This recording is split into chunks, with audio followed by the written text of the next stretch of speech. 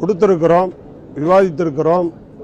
இதற்கு முன்னால் உச்சநீதிமன்றத்தினுடைய தீர்ப்பை 2023 மகாராஷ்டிரா சிவசேனா வழக்கில் வழங்கப்பட்டிருக்கிற தீர்ப்பை குறிப்பிட்டு காட்டியிருக்கிறோம், கொடுத்திருக்கிறோம், படித்து சொல்லியிருக்கிறோம், ஏற்றுக்கொண்டிருக்கிறார் என்று நம்புகிறோம்.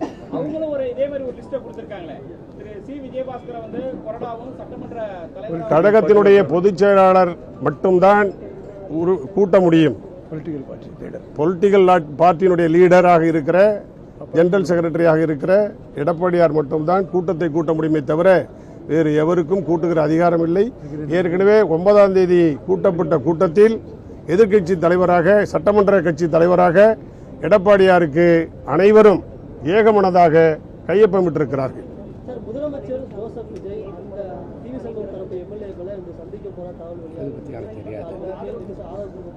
அதெல்லாம் எங்களுக்கு தெரியாது. தூய்மையான ஆட்சியை நடத்துவோம் என்று சொல்லுகிற தாவேகா தலைவர் இது போன்ற நடவடிக்கைகளை எடுப்பார் என்று நாங்கள் நம்பவில்லை.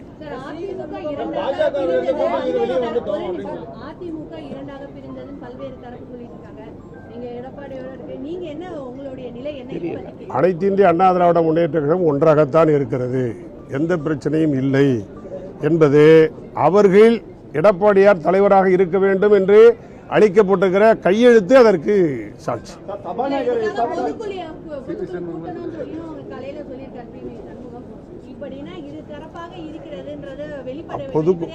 பொதுக்குழு என்பது வேறு, இன்றைக்கு இருக்கிற சட்டமன்ற நடவடிக்கைகளுக்கான பிரச்சனை என்பது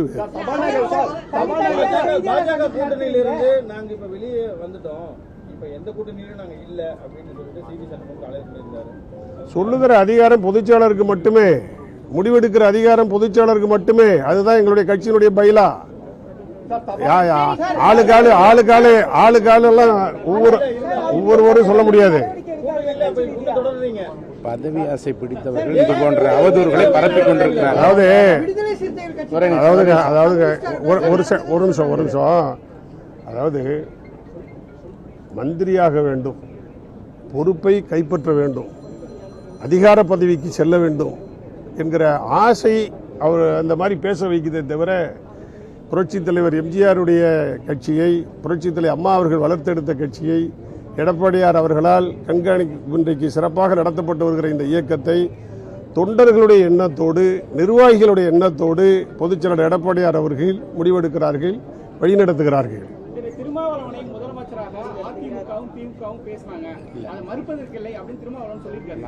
அதாவதுங்க ஆயிரம் சொல்லுவாங்க அவங்க. இப்ப நீங்களே ஒரு செய்தி போட்டீங்க, நான் பார்த்தேன். இவர் ஆனந்த், புஷி ஆனந்த் பொதுச் செயலாளர் எடப்பாடியார் வீட்டுக்கு வந்தாரு, இதோ பாருங்கள் காரை, இதோ பாருங்கள் உள்ளே இருக்கிறார் அப்படிலாம் செய்தி போட்டீங்க. இல்ல உண்மையா?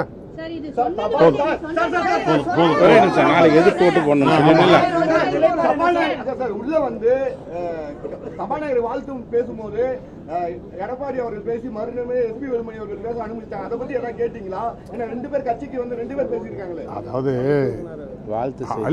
இல்ல அனைத்து இந்திய அண்ணா திராவிட முன்னேற்ற கழகத்தின் சார்பில் என்று சபாநாயகர் சொல்லியிருப்பார் என்றால் நாங்கள் அதை எதிர்த்திருப்போம். ஒரு உறுப்பினர் என்கிற முறையில் அவர் கேட்டார். அதே போல அவரும் எந்த ஒரு கட்சியினுடைய பெயரையும் சொல்லாமல் தன் வேலுமணி என்கிற முறையில் தான் அவர் பேசினார். நாளைக்கு கொறடா சொல்வார்.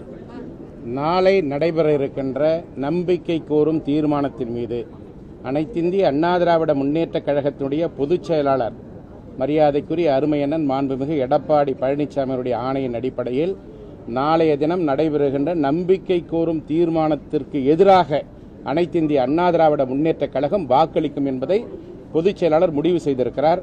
அதை அனைத்திந்திய அண்ணா திராவிட முன்னேற்ற கழகத்துடைய சட்டமன்ற உறுப்பினர்களுக்கும் தகவல் தெரிவிக்கப்பட்டுவிட்டது. எதிர்த்து வாக்களிக்க வேண்டும். நம்பிக்கை கோரும் தீர்மானத்தின் மீது அனைத்திந்திய அண்ணா திராவிட முன்னேற்ற கழகம் எதிர்த்து வாக்களிக்கும்.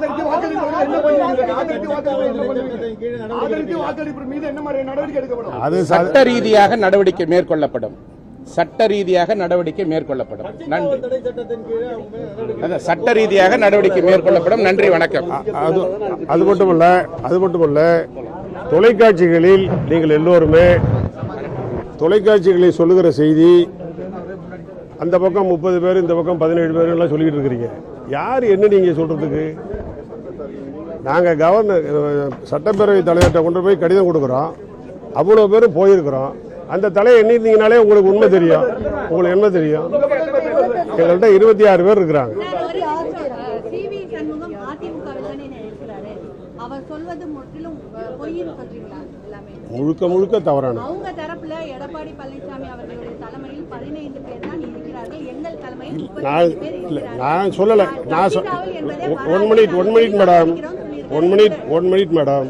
நேற்று பேரவைத் தலைவரிடத்தில் கடிதம் கொடுப்பதற்காக நாங்கள் போனோம். நாங்கள் போன தலைகள் எத்தனைன்னு நல்லா டீட்டெயிலாக நல்லா பெரிய பெரிய தலையாக தான் அந்த டிவியில் வந்துச்சு, போட்டோ வந்துச்சு. நீங்கள் எண்ணிருக்கலாமே. நேற்று மரகதம் குமரவேல் உங்களோட சபாநாயகர் வந்தாங்க. இன்னைக்கு எங்க சார் இருக்காங்க சார்? அதாவதுங்க இருங்க தலைவரை அதாவது எல்லாரும் அண்ணன் தம்பி. இப்போ வந்து சிவி சண்முகத்தை பார்த்தாக்க நான் வணக்கம் சொல்ல மாட்டேன்னா, என்ன தம்பி நல்லா இருக்கீங்களான்னு கேட்க மாட்டேன்னா, அவர் என்னகிட்ட பேச மாட்டாரா? கட்சிக்கு கொள்கை நன்றி.